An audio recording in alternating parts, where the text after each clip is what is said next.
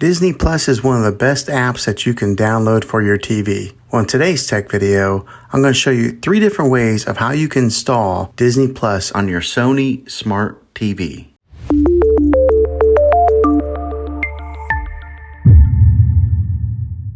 It can be really frustrating if you want to watch some of the great content that is on Disney Plus and you find that your TV is unable to download it. If your TV is an older model of Smart TV, then it could prevent you from downloading this app.